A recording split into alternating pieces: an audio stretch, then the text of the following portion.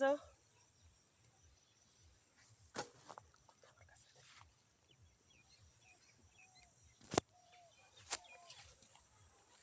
আসসালামু আলাইকুম। অনেক দিন পর মাঠের মধ্যে আসলাম। দেখেন আমাদের এখানে রসুন লাগানো হয়েছে। এখন এই রসুনগুলো এতটুকু, আর 1 মাসের মধ্যে এই রসুনগুলো অনেক বড় বড় হয়ে যাবে।